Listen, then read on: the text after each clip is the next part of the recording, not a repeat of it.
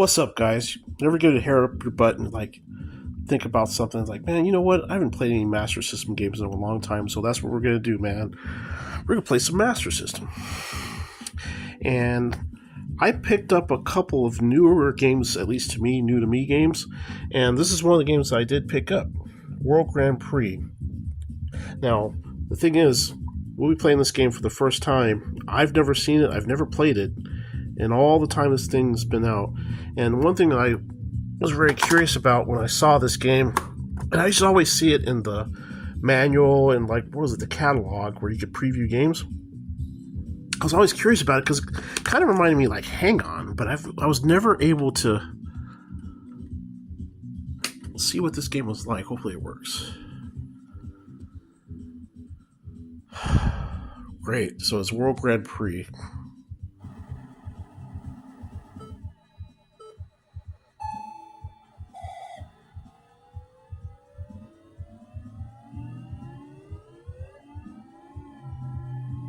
Very much giving me the vibes of Hang On.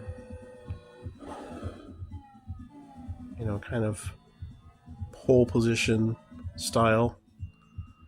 Looks really like it might be really fun to play, man. So I thought what I would do is just pull out some of my games and kind of talk about it and kind of talk about the Master System. Now, what I remember is going back to the 80s, right? You're a kid. I was 1980. Let's go back to 1985, 1986.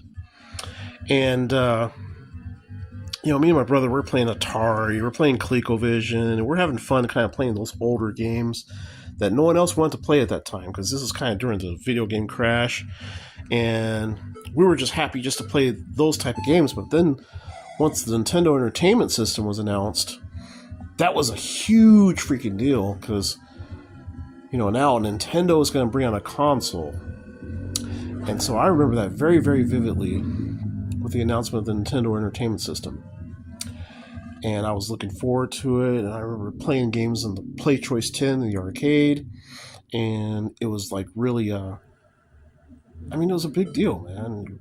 Playing Excite Bike, and playing Super Mario Brothers in the arcade, and then you will be able to play those games at home. I thought that was amazing, right?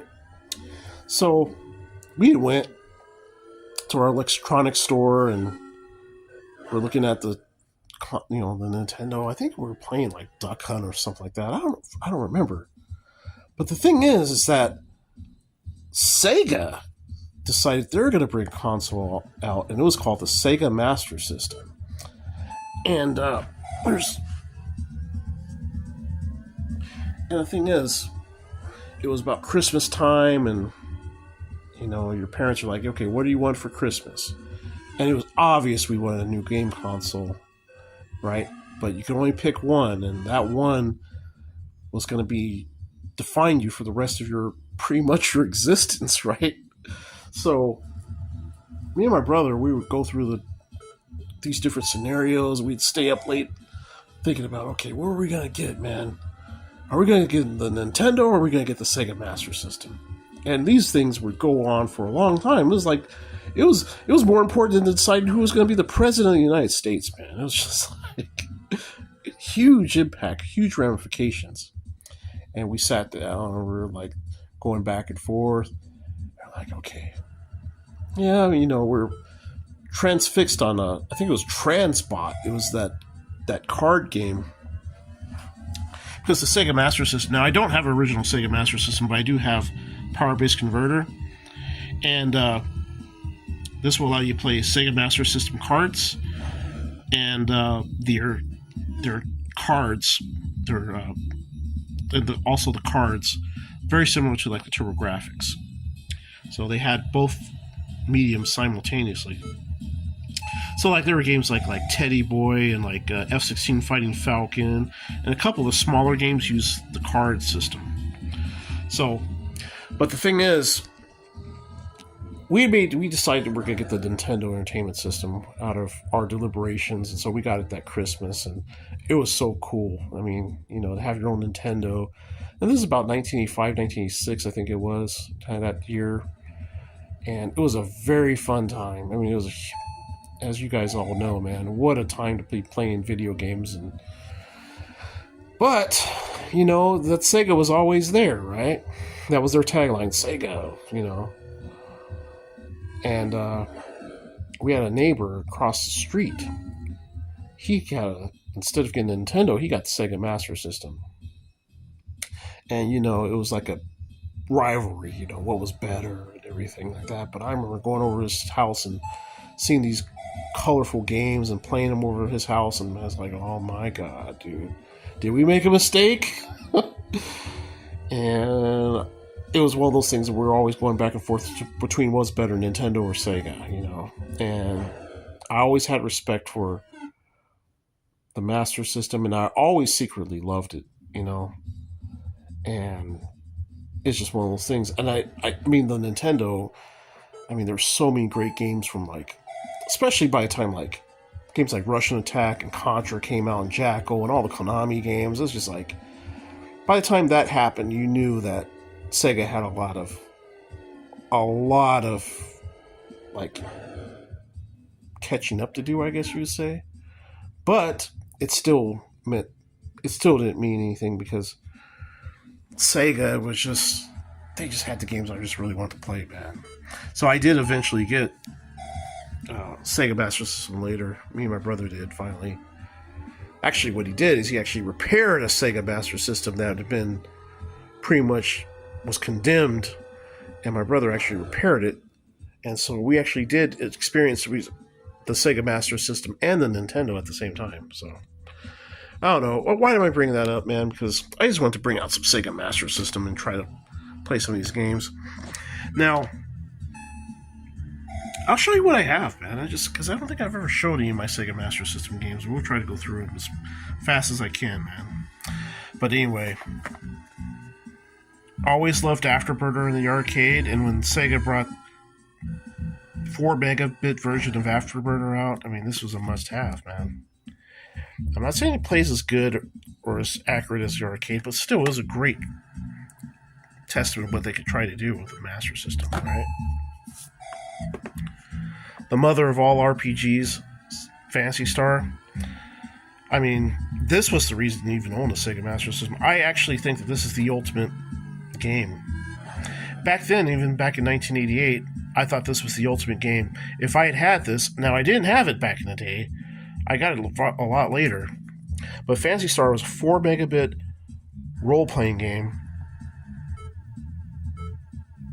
and the graphics were just light years ahead of anything else out there, even compared to PCs at the time. This would have blew away any fantasy role-playing game on your PC, contemporary PC, back in 1988, 1987. It was amazing. Amazing game. Wonder Boy Monsterland. Now, I got this game a lot later, actually.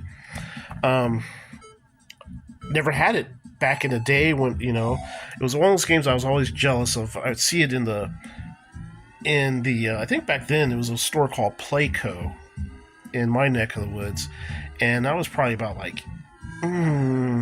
maybe 6th or 7th grade, and I'd see that. It's oh man, this is like Wonder Boy, but he's all grown up and he's more like an RPG world. Oh man, this game's so cool. Govelius. Amazing game made by I don't know why I'm blanking out on this. But this is an adventure role-playing game, action RPG role-playing game. A lot of people say it's Zelda clone, but this is a lot more different than Zelda, I think. It has an overhead world and everything, and it has secret holes. It may be like a Zelda inspired game, but this is a completely awesome game. Golvelius, and even the box art is awesome, and it just really gives you that sense of adventure. Awesome game. Compile. What the heck am I blacking out? Compile game. And especially if you play Compile games, you'll hear all their different themes and sound effects, stuff like that. Golvelius. SNK Alpha, you're talking about Time Soldiers. This is a pretty good version of the conversion of the arcade game. time soldiers going back in time, different periods of time, and you fight different bosses and enemies and trying to rescue your friends. Always love time soldiers. You know, SNK and Alpha Denshi. Fantasy Zone. Fantasy Zone is an incredible game. This is incredible, actually, a very well done conversion of the arcade game on the Sega Master System. Look at all those day glow colors. This is a game that you'd see is like, oh my god, that's such Sega Master System, so freaking cool, dude. Double Dragon. I just picked this game up at the Arizona Game Expo. Actually, I only paid $20 for it, and it's great, man. Always loved Double Dragon because it was 2-player on the Sega Master System. I'm not a hater of the one on the NES, but I always just wanted to play 2 players with my buddies, right? So there you go. It even came with the manual and everything. So would love to play that. I love to play that with somebody. You know, Wonder Boy 3: The Dragon's Trap. This is a game I got for Christmas. Now, this is the original game I got for Christmas because my mom bought this for me when I was a little kid. And I said, she was like, what do you want for Christmas? I said, Wonder Boy 3: The Dragon's Trap. And she went out and she found it, dude, on the Sega Master System way back in the day. And so I had to rebuy this game for the memory. Something I should have never sold in the first place. But, you know, you already know how great this game is. It's like a, what do they say, Metroidvania style game where you can change into different characters and go different places, and it just really is a great adventure. Miracle Warriors, right? This game is, to me, the second greatest RPG ever in the 8-bit era. Now, the thing about this game is you have 4 warriors. You're going through this, trying to find this character here. I think her name is Taryn. And you're going around this adventure, and you're trying to find her, and you find your companions, and form a party, and you go across this great grand adventure. And the thing about this was so great, I don't know if this version has it. Oh, yeah. This is my original version, but it had a map, and that really you spread that map out. I remember thinking about when I played Miracle Warriors for the first time, back when I was like in the 8th grade or so, and I would pull this big map out and spread it on the living room floor every morning. And after I had breakfast, my dad would make me breakfast. That's when I was a little kid. Man, I just remember this game so much. And I bought 2 copies of Miracle Warriors because one had the map and one didn't. So this one actually has the authentic map that you'd spread out. Huge map. And I remember when I was like in the 8th grade, and we just got off of studying the Homer, I think it was Homer, the Iliad, right? Great big adventure. And I just felt like I was like playing a game like the Iliad, like Homer, and like, oh man, my imagination soared with that game. I love Miracle Warriors. So just real quick, I'll try to go as fast as I can. Thunderblade. Now, this is an impossible conversion. There's no way that they're ever going to make Thunderblade as good as the arcade. Just not going to happen, man. Let's change games here. We'll put something else in. Rastan. Now, Rastan, this was considered to be a very good port of the arcade game. I was never that great at Rastan, but I did like and I appreciated that this is probably like the only way that you could play your arcade game at home at the time. I might be wrong. Let's see if we'll play.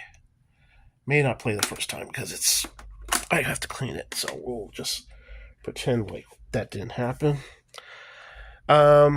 Conversion of Strider. Nowhere near the Sega Genesis version, but I mean, they did do it because they had the license and they made a Master System version of Strider. Maybe somebody out there might like it. I don't know. We got Golden Axe. This is a arcade port, and like I said, you already have I mean, if you already had the Genesis version, I never understood why you played Golden Axe on the Master System. But hey, it is what it is. You got Vigilante. This is a very good version of the arcade port. I mean, it may not be as good as like the TurboGrafx 16 port, but still, I mean, it was really good. I mean, had very vibrant colors. The sprites and everything were pretty true to the arcade. Let's see if it probably won't work the first time because I haven't cleaned any of these games in like forever. So you got like Vigilante. Yeah. And one thing about Sega, they didn't really have all the licenses of Nintendo. So what they would do is that they would be able to get licenses, but they would have to program the games themselves. So that's why you always saw reprogrammed game by Sega, you know? So, anyways. You got Hang On Safari Hunt, which actually came with the Sega Master System and also had the light gun. The Zillion gun, as I would call it. I've got Zagzon 3D. Never had the 3D glasses, but this game was pretty cool. It was alright. Altered Beast. Now, the thing about Altered Beast on the Sega Master System, it's not going to be as cool as the Sega Genesis version, but I remember the character sprites and everything being very large, even though it was very slow. I remember the graphics were good if they're paused, but very chunky sprites and very slow. But, you know, it shows you that they tried to program that game for the 8-bit system. And probably one of the best arcade conversions ever on the Sega Master System was R-Type. And this is my original version of it. Actually, me and my brothers, because I remember we both bought this game. But this is an original copy of it, and I played this game pretty much like the whole summer and never non-stop, man. Great conversion. Like I said, it's not going to be like the TurboGrafx 16, which came later, which was phenomenal. But still, I mean, all 8 levels, really good graphics, a lot of flicker, but hey, what can you expect, man? It's 8-bit. And then last is Space Harrier. 2 mega cartridge. Now this is the game I think that really sold me on the Sega Master System back in the day, because you saw the arcade version, which was incredible. There's no way that the 8-bit version is going to come in close to that, but still look great, man. I remember I just remember seeing these graphics. It's like, wow. They're still very, very colorful.